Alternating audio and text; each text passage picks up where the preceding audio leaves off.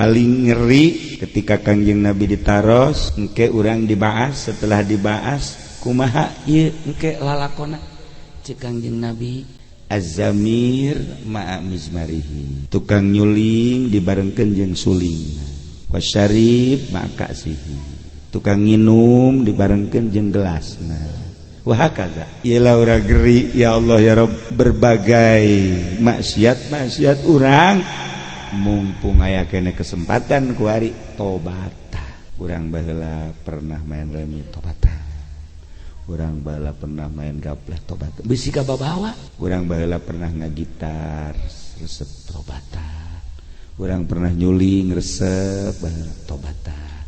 Masih diberi kesempatan untuk bertobat. Allah pangresepeun-resepeunana ka hamba anu maksiat tapi tobat, pangbelu-belueunana ka jelema tukang ibadah asa hebat bae ibadahna teu daek tobat.